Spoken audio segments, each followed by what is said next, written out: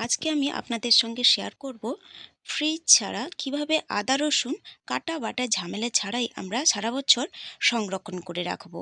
তাহলে চলুন বন্ধুরা, কিভাবে করি সেটা আপনাদের সঙ্গে শেয়ার করব। নমস্কার বন্ধুরা, কেমন আছেন সবাই? আমি ভালো আছি, আশা করি আপনারাও ভালো আছেন। আজকে আবারও একটা নতুন ভিডিও নিয়ে চলে এসেছি, পাঁচ ফোড়ন। দেখো, এখানে আমি নিয়ে নিয়েছি আদা রসুন। আদা রসুনের পরিমাপটা আমি বলবো না, আদা রসুন যে যতটা বাড়াতে চান সেই পরিমাপ অনুযায়ী বানিয়ে নেবেন। দেখো, এখানে আমি আদা তুলে নিয়েছি, ঘরে লাগানো ছিল, আমি তুলে নিয়েছি। আদাটায় প্রচুর নোংরা আছে, এটাকে কিন্তু ধুতে হবে। আর এদিকে দেখো রসুন নিয়েছি। তাহলে চলো আদাগুলোকে ভালো করে ধুয়ে আনবো, কারণ এখানে ধোয়া যাবে না, অনেকটা জলের প্রয়োজন। তাই আমি টিওলে নিয়ে গিয়ে ভালো করে পরিষ্কার করে আমি ধুয়ে এনেছি। কোনো রকম কিন্তু এর মধ্যে আর বালি কাদা নেই। এবারে আদাটাকে একটু খোসা ছাড়িয়ে নিতে হবে। পুরোপুরি না ছাড়ালেও একটু আধো আধো করে ছাড়িয়ে নিতে হবে। খোসাটা থাকলে কিন্তু হবে না, অনেকটাই খোসার বেরিয়ে যাবে শেষে। আদাটা ছাড়িয়ে নিলেই ভালো হয়। দেখো, আদাগুলো সবগুলো আমার ছাড়ানো হয়ে গেছে। এবারে এটাকে আমি গ্রেট করে নেব। একটা ছোট গ্রেটারগুলো, এই গ্রেটারগুলো কিন্তু সবার ঘরেই থাকে, খুবই অল্প দাম এই গ্রেটার। এই গ্রেটারে আমি গ্রেট করে নেব। আর এই গ্রেটারে করলে কিন্তু ছোট দানাটা গ্রেটারে করলে দেখো কতটা মিহিভাবে এটা গ্রেট হয়। আপনারা কিন্তু বঁটিতেও কেটে নিতে পারেন, একদম পাতলা পাতলা করে, গোল গোল করে। আর না হলে গ্রেটারে করলে কিন্তু সব থেকে ভালো হয়। পেস্ট কিন্তু করতে যাবেন না, মিক্সিতে পেস্ট করতে যাবেন না, আদা পেস্ট করলে কিন্তু হবে না। দেখো, এইভাবেই কিন্তু গ্রেট করে নিচ্ছি। আর গ্রেটারের দ্বারা গ্রেট করলে কিন্তু খুবই তাড়াতাড়ি গ্রেট হয়ে যায়। দেখো, আদা গ্রেট করা হয়ে গেছে। এবারে থালার মধ্যে চারিদিকে একটু চারিয়ে দেব, যাতে তাড়াতাড়ি এগুলো শুকিয়ে যায়, কারণ এগুলো রোদে বসাবো, তাই তাড়াতাড়ি যাতে শুকিয়ে যায় সেই জন্যে একটু চারিদিকে ছড়িয়ে দিলাম। আদা হয়ে গেল। এবারে আমি রসুন ছাড়িয়ে নেব। রসুনগুলো পুরো একদম খোসা ছাড়িয়ে নেব। একটু ছোট দানা নিলে ভালো হয়, দেশি রসুন নিলে তার গন্ধ স্বাদ দুটোই কিন্তু ভালো হয়। এবারে রসুনগুলো কিন্তু পুরোপুরি ছাড়ানোর কোনো দরকার নেই, খোসা অল্প একটু ছাড়িয়ে নিলেই হবে। আদা রসুন বাটা না থাকলে কাটতেও বাড়তে আমাদের প্রচুর ঝামেলা হয়। কোনো আত্মীয় স্বজন এলে বা তাড়াতাড়ি রান্না করার ঝামেলা থাকলে কিন্তু এই বাটাবাটিতে আমাদের অনেকটা টাইম কিন্তু বেরিয়ে যায়। আর আমরা যদি এইভাবে সংরক্ষণ করে রেখে দিই তাহলে কিন্তু কোনো রকম ঝামেলা হবে না, রান্না করতে গেলে খুবই ইজিলিভাবে রান্না করা যাবে। দেখো, অল্প অল্প করে একটু খোসাগুলো ছাড়িয়ে নিচ্ছি, কারণ এই রসুনে একটু বেশি খোসা আছে, তাই অল্প অল্প করে ছাড়িয়ে নিচ্ছি। নতুন রসুনগুলো নিলে কিন্তু এতটা ছাড়ানোর কোনো দরকার নেই। একটা মিক্সি জার নিয়ে নিয়েছি, মিক্সি জারের মধ্যে আমি দিয়ে নিচ্ছি, কারণ এগুলোকে একটু পেস্ট করে নেব। পেস্ট মানে এটাকে আধো পেস্ট করব, জাস্ট মিক্সিতে চালাবো আর বন্ধ করব। বেশি কিন্তু ঘোরালে এটা মিহি পেস্ট হয়ে যাবে।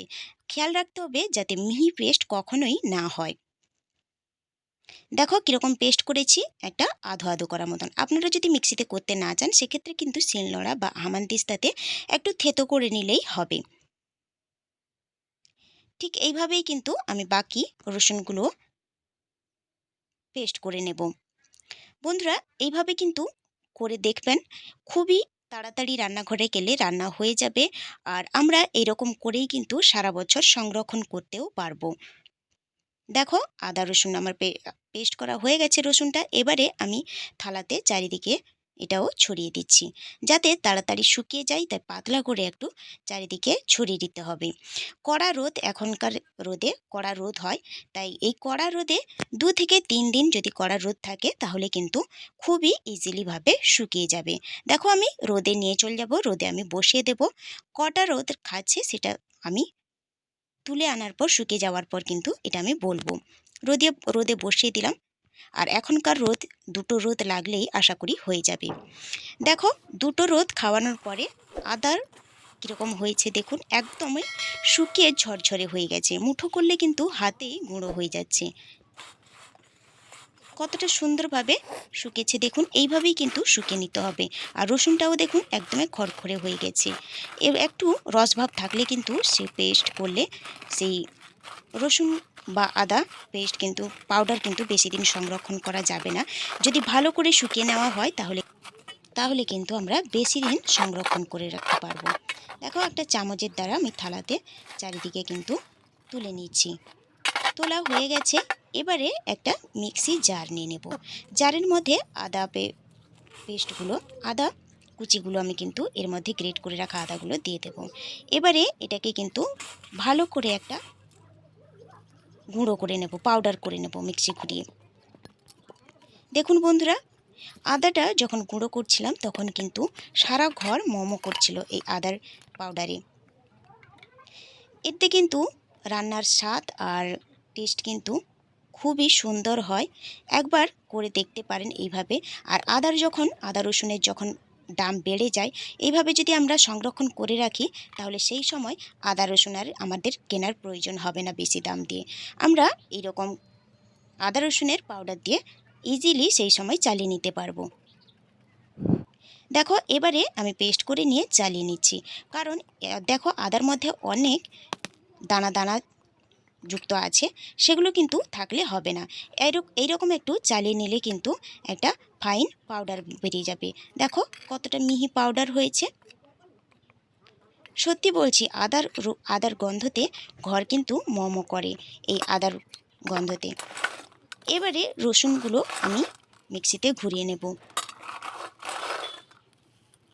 তাহলে বন্ধুরা এই সময় আপনারাও অবশ্যই এইরকম আদা রসুন সংরক্ষণ করে রাখুন। তাহলে যখন বেশি দাম হয়ে যাবে তখন কিন্তু আমরা এই রকম আদার পাউডার দিয়ে চালিয়ে নিতে পারবো। তখন আর আমাদের কেনার প্রয়োজন হবে না। রসুনটাকেও আমি একটু চালিয়ে নিচ্ছি, তাহলে একটা ফাইন পাউডার কিন্তু আমাদের বেরিয়ে যাবে। আর এগুলো আমরা কন্টেনারে ঢুকিয়ে এয়ারটাইট কন্টেনারে ঢুকিয়ে কিন্তু আমরা নর্মাল 3 থেকে 4 মাস আমরা রাখতে পারি।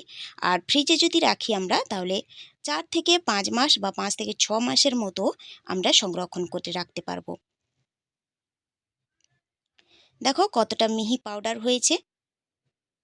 আর রসুনটাও সেই রকম মিহি পাউডার হয়েছে। তাহলে বন্ধুরা অবশ্যই কিন্তু একবার করে দেখুন, আপনাদেরও কাজে আসবে। তাহলে বন্ধুরা আজকের ভিডিওটা কেমন লাগলো অবশ্যই কমেন্ট করে জানাবেন। ভালো লাগলে লাইক শেয়ার করে দেবেন। Thanks for watching my video.